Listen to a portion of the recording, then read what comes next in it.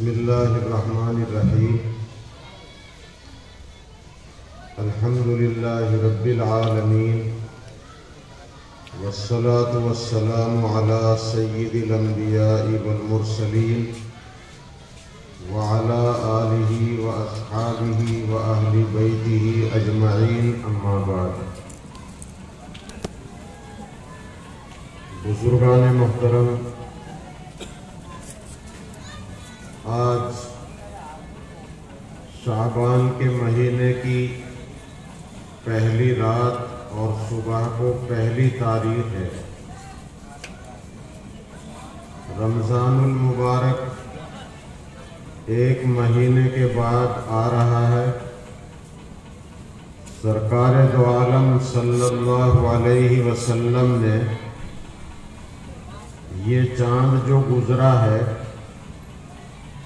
جب یہ چاند ایک مرتبہ دیکھا اور رمضان کے 2 مہینے رہ گئے تو نبی اکرم صلی اللہ علیہ وسلم نے دعا فرمائی، یا اللہ ہمارے رجب میں برکت عطا فرما اور ہمیں رمضان تک پہنچا، یعنی ہمیں رمضان کا مہینہ نصیب ہو، یہ دعا فرمائی۔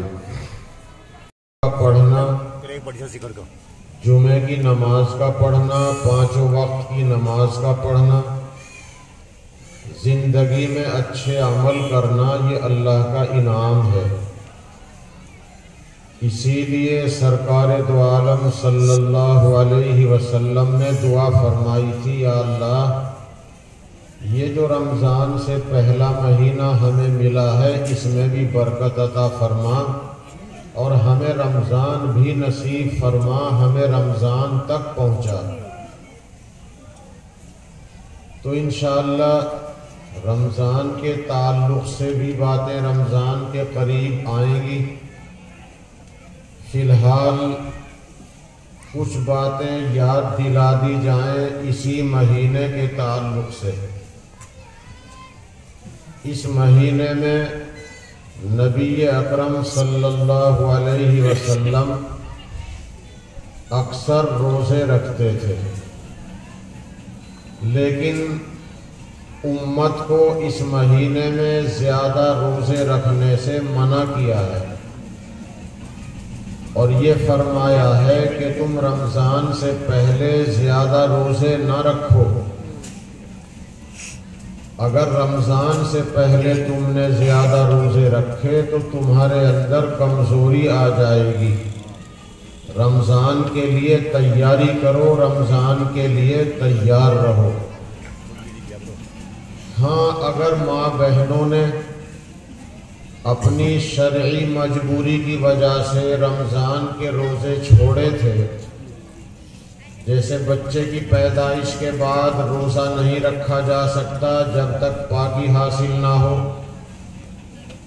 ہر مہینے جو ناپاکی آتی ہے اس میں روزہ رکھنا جائز نہیں، تو ان مجبوریوں کی وجہ سے جو روزے چھوٹ گئے تھے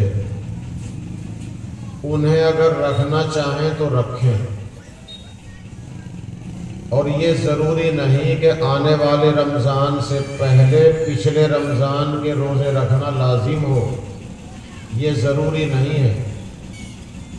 بہتر ہے کہ ہم اپنی چھوٹی ہوئی عبادت جلدی ادا کریں، کیونکہ موت کا پتہ نہیں۔ لیکن ایسا نہیں ہے کہ اس رمضان سے پہلے پچھلے رمضان کے لازم ہیں، اور اگر پچھلے رمضان کے نہیں رکھے تو اگلے رمضان کے صحیح نہ ہو، ایسا نہیں ہے۔ جو روزہ چھوٹ گیا ہے موت سے پہلے رکھنا ہے، چاہے آنے والے رمضان سے پہلے رکھ لو اور بہتر ہے، اور اگر آنے والے رمضان تک نہیں رکھے گئے تو اس رمضان میں اسی رمضان کے رکھے جائیں گے اور پچھلے رمضان کے اس رمضان کے بعد رکھنے پڑیں گے، اس میں کوئی حرج کی بات نہیں۔ لیکن عام طور پر نفلی روزے رکھنے سے امت کو منع کیا ہے، تاکہ تمہارے اندر کمزوری نہ آئے، تم رمضان کے لیے تیار رہو۔ تو ایک تو سرکار دو عالم صلی اللہ علیہ وسلم کا کہنا یہ تھا، لیکن کرنا یہ تھا کہ آپ اس مہینے میں اور زیادہ روزے رکھتے تھے، اور یہ فرماتے تھے کہ ہر چیز میں میری حرص مت کرو، میں اس مہینے میں زیادہ روزے رکھتا ہوں، تم نہ رکھو، مجھے میرا رب کھلاتا ہے۔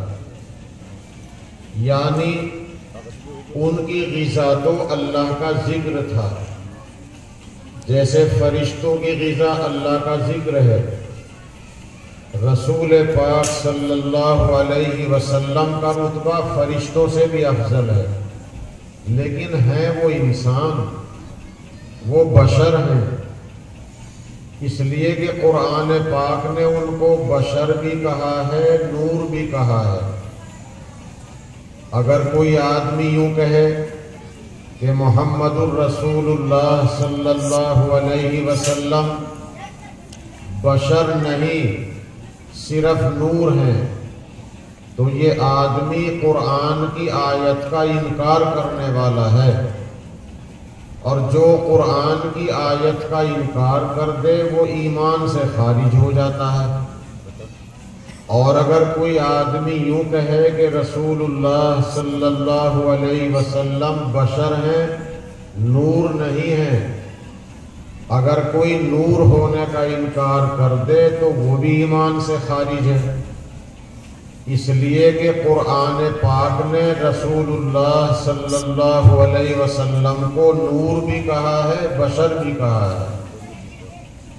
تو علماء حق، علماء دیوبند یہ عقیدہ رکھتے ہیں کہ حضرت محمد صلی اللہ علیہ وسلم نور بھی ہیں، بشر بھی ہیں۔ نور اس طرح ہے کہ کبھی کبھی اللہ کے پیغمبر کی چھاؤلی دکھائی نہیں دیتی تھی، کبھی تو ایسا ہوا کہ آپ کا سایہ آپ کی چھاؤلی دکھائی دی، تاکہ لوگ سمجھ لیں کہ اللہ کے نبی انسان ہی ہے۔ اور کبھی ایسا بھی ہوا کہ آپ کا سایہ آپ کی چھاؤلی دکھائی نہیں دیتی تھی، تاکہ یوں سمجھا جائے کہ آپ نور بھی ہیں۔ جو لوگ یہ کہتے ہیں کہ نبی کا سایہ نہیں تھا، وہ بھی غلط کہتے ہیں۔ سایہ کبھی کبھی دیکھا بھی گیا ہے اور کبھی کبھی سایہ نہیں دکھائی دیا، جیسے حضرت ام سلمہ رضی اللہ عنہا رسول پاک صلی اللہ علیہ وسلم کی پاک بیوی ہیں، وہ فرماتی ہیں کہ ایک دن عصر کی نماز کے بعد حضرت محمد صلی اللہ علیہ وسلم گھر تشریف لائے۔ عصر کی نماز کے بعد اپنے ہر گھر میں جاتے تھے، جیسے کوئی ضرورت معلوم کرنی ہو۔ جتنے گھر تھے 10 یا 11، ہر گھر میں جاتے تھے عصر کے بعد تھوڑی تھوڑی دیر کے لیے۔ تو حضرت ام سلمہ یہ کہتی ہیں کہ حضور صلی اللہ علیہ وسلم گھر میں داخل ہوئے اور ان کا سایہ دیکھ کر میں نے ایک دم پہچان لیا کہ حضور آ رہے ہیں، کیوں سورج پیچھے کی طرف تھا اور آپ کا سایہ آگے کی طرف تھا۔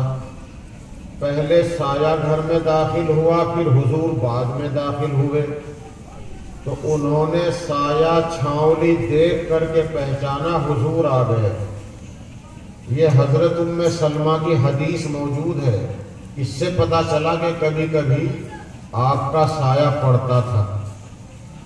اب اگر کوئی یہ کہے کہ جی آپ کے روزے کا جو گنبد ہے اس کا بھی سایہ نہیں، تو اس کا سایہ تو اس لیے نہیں ہے کہ وہ گنبد اوپر ہے اور اس کے چاروں طرف چھت نکلی ہوئی ہے، اس کا سایہ اگر پڑے گا تو چھت پہ پڑے گا، زمین پہ کیسے آئے گا؟ جب گنبد کے چاروں طرف چھت ہے، گنبد اوپر ہے اور چھت چاروں طرف نکلی ہوئی ہے، تو اس گنبد کا سایہ اگر دیکھنا ہو تو چھت پہ چڑھ کر دیکھنا پڑے گا۔ ہم زمین پر اگر سایہ نہ دیکھیں اور چھت پہ سایہ پڑ رہا ہو تو ہم یہ نہیں کہہ سکتے گنبد کا سایہ نہیں۔ اور اگر گنبد کا سایہ نہ بھی ہو، جب بھی قرآن یہ کہتا ہے کہ رسول اللہ بشر ہیں، لیکن وہ نور بھی ہیں، بشر بھی ہیں، نورانی بشر ہیں۔ ہم نورانی بشر نہیں، ہم تو صرف بشر ہیں، لیکن حضرت محمد صلی اللہ علیہ وسلم نورانی بشر ہیں۔ یہ بات میں نے عرض کی ہے یوں کہ یہ عقیدے کی بات ہے۔ نبی اکرم صلی اللہ علیہ وسلم، نبی اکرم صلی اللہ علیہ وسلم کا کبھی سایہ پڑتا تھا اور کبھی سایہ نہیں پڑتا تھا۔ بس اسی سے ہمارا یہ عقیدہ ثابت ہو گیا کہ آپ نور بھی ہیں اور آپ بشر بھی ہیں۔ اسی لیے دیوبندیوں کا عقیدہ قرآن و حدیث سے یہی ثابت ہوا کہ وہ نور بھی ہیں، بشر بھی ہیں۔ نہ ہم نور ہونے کا انکار کرتے ہیں، نہ ہم بشر ہونے کا انکار کرتے ہیں۔ اسی لیے یہ جماعت جماعت حقہ ہے۔ اہل سنت و جماعت کا صحیح مصداق یہی لوگ ہیں۔ اللہ تعالی ہمیں صراط مستقیم پر جمے رہنے کی توفیق عطا فرمائے۔ تو خیر میں یہ عرض کر رہا تھا کہ نبی اکرم صلی اللہ علیہ وسلم روزہ رکھتے تھے کثرت کے ساتھ، اور امت کو اس مہینے میں روزہ رکھنے سے منع کر دیا کہیں رمضان کے لیے کمزوری نہ آ جائے۔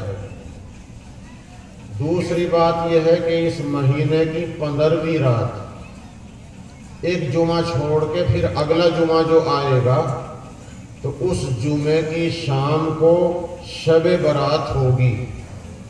آج سے 14 دن کے بعد اس مہینے کی 15ویں رات جو آئے گی وہ رات ہے شب برات۔ شب برات کوئی تہوار نہیں، تہوار یہ شیعوں کا ہے، سنیوں کا کوئی تہوار نہیں ہے۔ سنیوں کے تہوار تو وہی عید اور بقرعید ہے، اور شب برات یہ تہوار نہیں، یہ عبادت کی رات ہے۔ شب برات میں جتنی دیر ہو سکے بیدار ہو کر جاگ کر عبادت کریں، دعا کریں۔ اس رات میں اگلے سال کے فیصلے طے ہوتے ہیں۔ کس کے یہاں اللہ کرے بچہ پیدا ہوگا، خدا نہ کرے کس کی موت آئے گی، اللہ کرے کس کے کاروبار میں نفع ہوگا، خدا نہ کرے کس کے کاروبار میں گھاٹا ہوگا، خدا نہ کرے کون بیمار ہوگا، اللہ کرے کس بیمار کو شفا ملے گی۔ یہ فیصلے شب برات میں ہوتے ہیں اگلے سال تک کے لیے۔ اور پھر جب رمضان کی شب قدر آتی ہے، اس رات میں وہ فیصلے فرشتوں کو دے دیے جاتے ہیں کہ ان فیصلوں کے مطابق پورے سال چلتے رہو۔ تو اس لیے اس رات میں جاگ کر عبادت کر لیں، واہیات میں ٹائم نہ گزاریں، گھنٹہ 2 گھنٹہ 4 گھنٹے یا پوری رات اگر بشاشت کے ساتھ ہو سکے عبادت کریں۔ اگر پوری رات نہیں جاگ سکے، نیند آنے لگی تو سو جائیں۔ واہیات میں ٹائم گزارنے سے بہتر سونا ہے، کیونکہ سونے والا کوئی گناہ نہیں کرتا۔ اور اگر ہم ویسے ہی جاگ رہے ہیں، دنیا کی باتوں میں لگ رہے ہیں، تو اس سے بہتر تو سونے والے کا سونا ہے۔ تو شب برات یہ عبادت کی رات ہے، برکت کی رات ہے، رحمت کی رات ہے۔ محمد الرسول اللہ صلی اللہ علیہ وسلم نے بتایا ہے کہ میں ایک شب برات میں آرام کے لیے لیٹ گیا تھا۔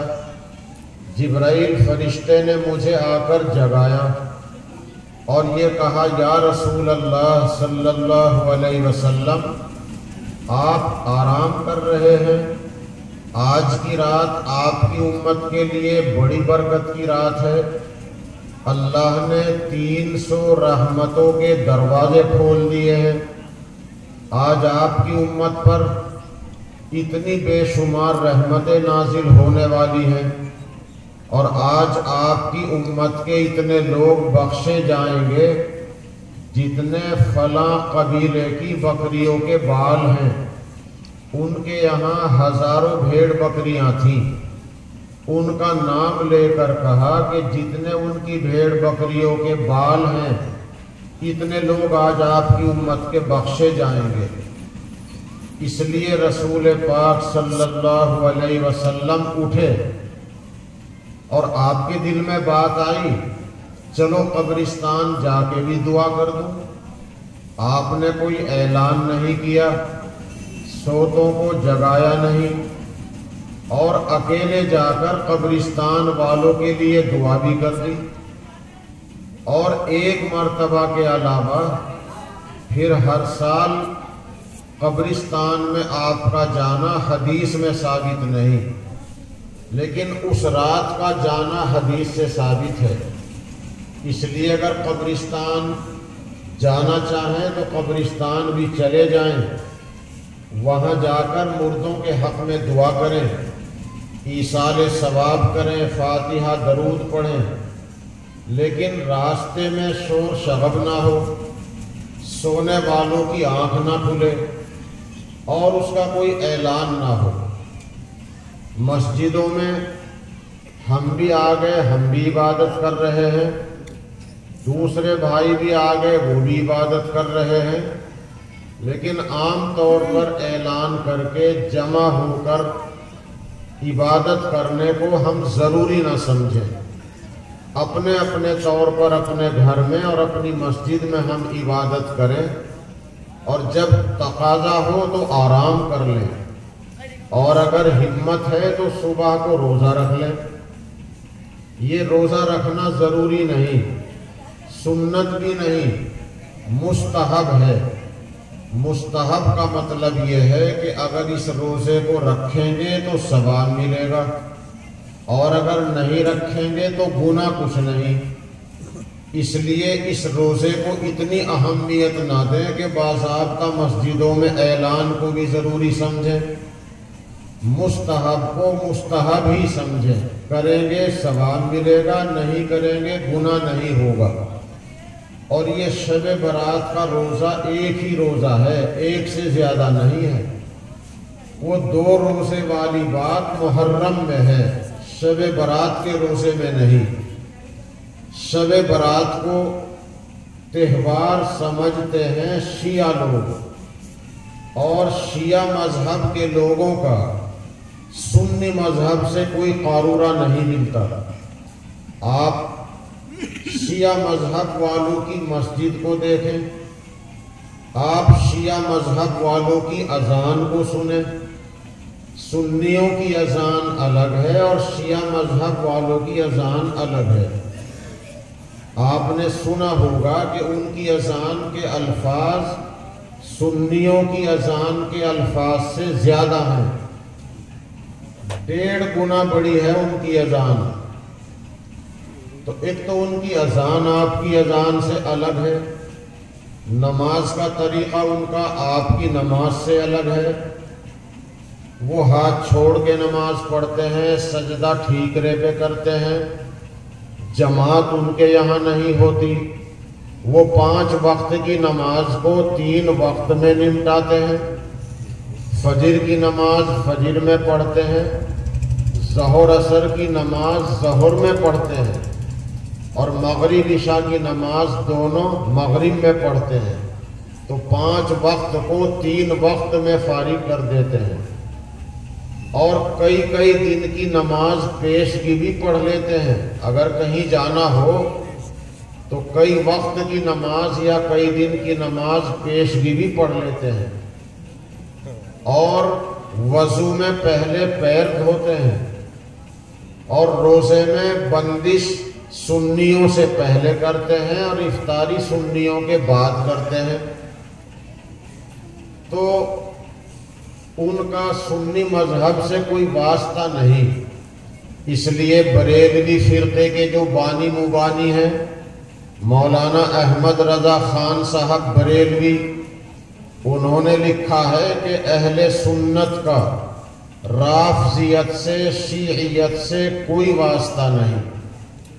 ہم تراویح کی 20 رکعت پڑھتے ہیں، بریلوی اور دیوبندی سنی مسلمان اہل سنت و جماعت 4 اماموں کو برحق مان کر امام ابو حنیفہ رحمۃ اللہ علیہ کی پیروی کرنے والے ہم، اور دوسرے جو 3 اماموں کے مقلد ہیں، چاروں اماموں کے مقلد اہل سنت و جماعت تراویح 20 رکعت پڑھتے ہیں۔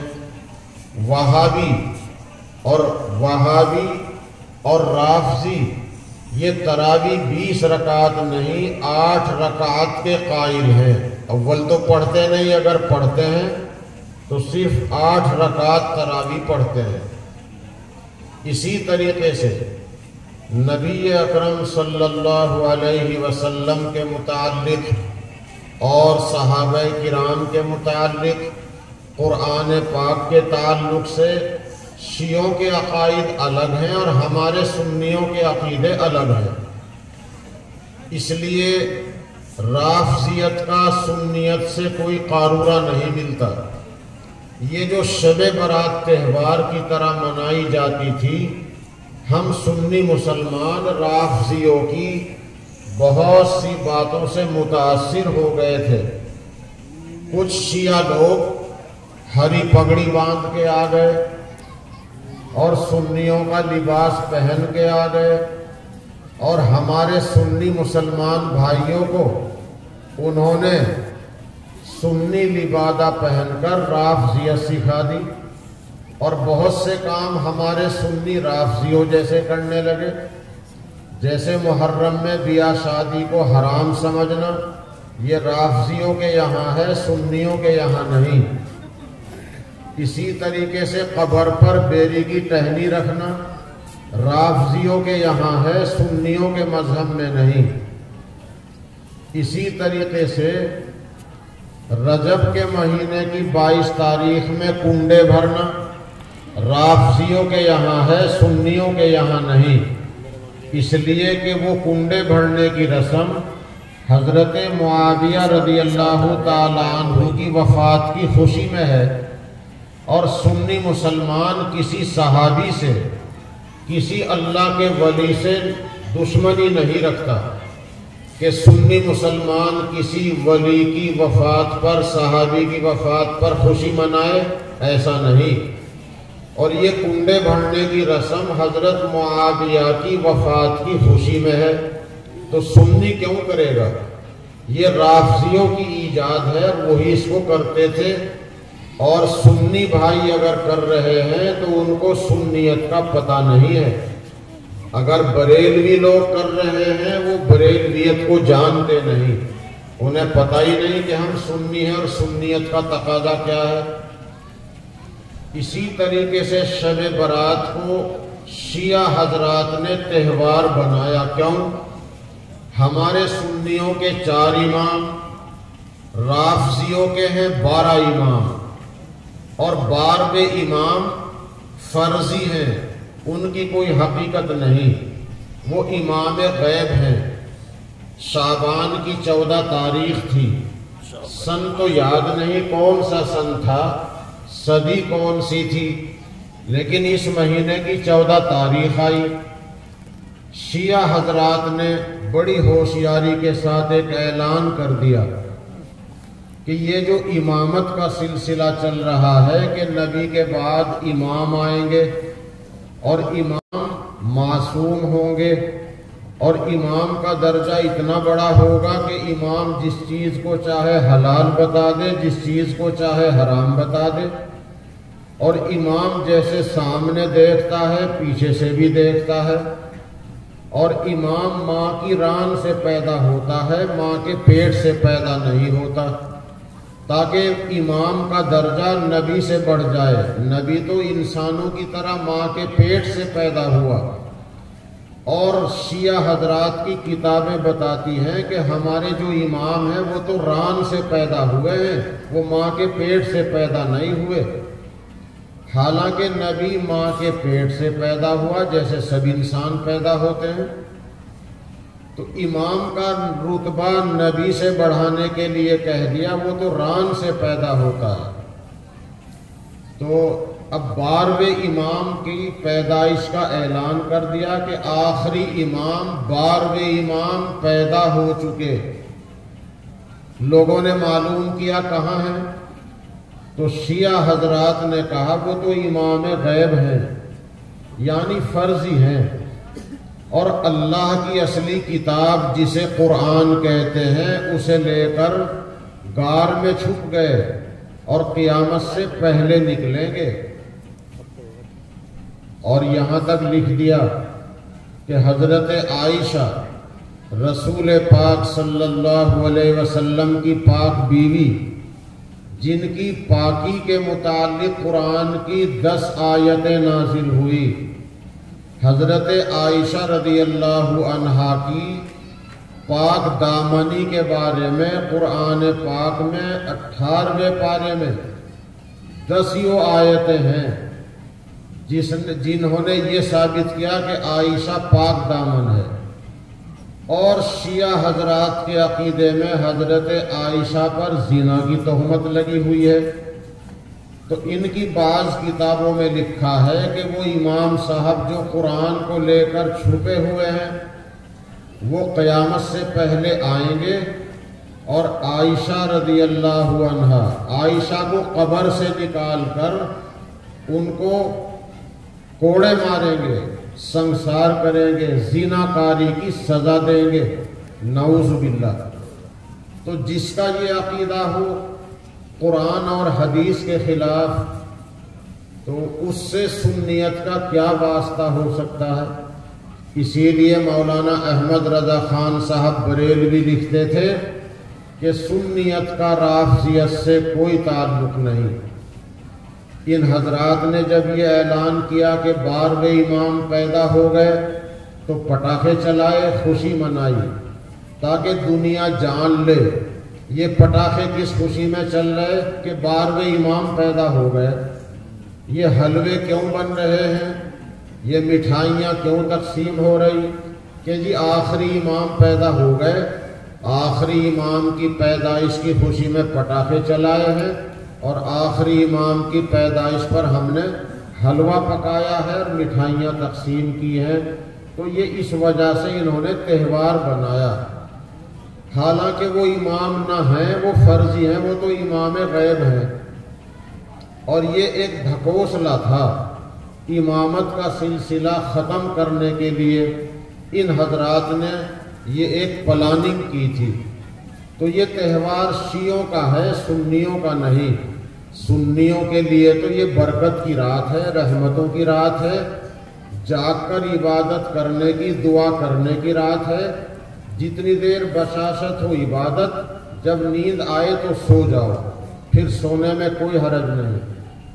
باقی حلوے پکانا، پٹاخے چلانا یہ اسلامی چیز نہیں، یہ اسلامی چیز نہیں ہے۔ اللہ تعالیٰ اس برائی سے بھی پوری امت کی حفاظت فرمائے۔ اور بیاہ شادیوں میں آتش بازی کرنا، پیسے میں آگ لگانا، بیاہ شادی میں آتش بازی کرنا، پیسے میں آگ لگانا، یہ بھی مسلمانی نہیں۔ پیسے میں آگ لگانا کسی بھی طرح جائز نہیں، اس لیے اس سے بھی ہم کو احتیاط کرنی ہے۔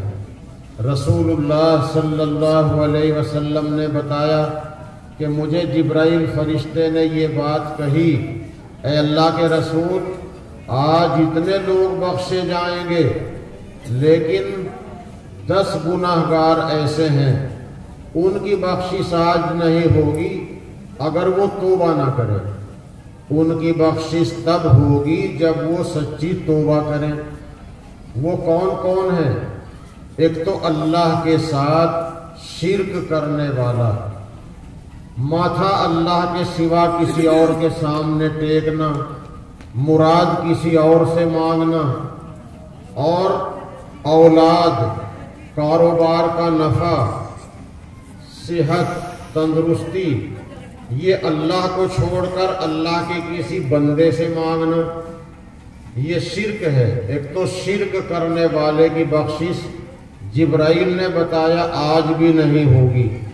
ایک تو شرک کرنے والا، ایک جادو کرنے والا، جادو ٹونا اگر کسی پر کوئی کرتا ہے اس کی بخشش نہیں، وہ نرک میں رہے گا، کبھی سورگ اور جنت نصیب نہیں ہوگی۔ کسی بیمار کا علاج کرنا، کسی کا جادو اتارنا، وہ تو بہت اچھا کام ہے، انسان کی اور جنتا کی، اللہ کے بندوں کی خدمت ہے، لیکن کسی پر جادو ٹونا کرنا، کرانا، وہ حرام ہے اور اس کی کبھی بخشش نہیں۔ اور غیب کی بات بتانے والا، جسے کہیں پوچھا دینے والا، اور آپس میں کینہ کپٹ رکھنے والا، آپس میں کینہ کپٹ رکھنے والا، ماں باپ کو ستانے والا، نشہ کرنے والا، چاہے نشہ شراب کا ہو، انجیکشن کا ہو، کیپسول کا ہو، نشے کی گولی کا ہو، اسمیک کا ہو، بھانگ کا ہو، نشہ کرنے والا، اور بلاತ್ಕಾری کرنے والا، اور اسی طریقے سے سود کو اپنے کام میں لگانے والا، ماں باپ کو ستانے والا،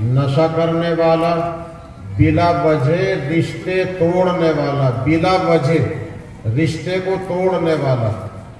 اور ایک گناہگار ایسا ہے کہ اس کی طرف تو ہماری توجہ بھی نہیں، یہ جو پیر کی ابھری ہوئی ہڈی ہے جسے ٹخنا کہتے ہیں، اسے چاہے ہم اپنی دیہاتی زبان میں گٹا کہہ کے سمجھ لیں، یہ جو پیر کا ٹخنا ہے، جیسے ہاتھ کا گٹا پیر کا ٹخنا ہے، مرد کے لیے اس کا ڈھانکنا جائز نہیں، عورت کے لیے کھولنا جائز نہیں، اور مرد کے لیے جراب سے ڈھکنا تو جائز ہے، اور گرم پاجامی سے ڈھکنا جائز ہو سکتا ہے، لیکن یہ جو پینٹ پاجامہ تہبند ہم پہنتے ہیں، اس سے ٹخنے کا ڈھکنا مرد کے لیے جائز نہیں۔ حدیث میں ہے کہ جتنا ٹخنا ڈھکو گے اتنا ہی جہنم میں ہے۔ حدیث میں ہے کہ اللہ پاک اس کی طرف رحمت کی نظر سے نہیں دیکھتا جو تکبر کی وجہ سے پیر کا ٹخنا ڈھانک کے رکھتا ہو، اس گناہ کی طرف توجہ نہیں ہوتی۔ اس لیے ہمیں یہ پیر کی ابھری ہوئی ہڈی ڈھکنی نہیں، یہ مرد کو کھول کے رکھنی ہے، اپنا تہبند پاجامہ، اپنی پینٹ اس سے اوپر رکھنی ہے، چاہے موڑنی پڑے، موڑ کر بھی اس کو اوپر کر سکتے ہیں۔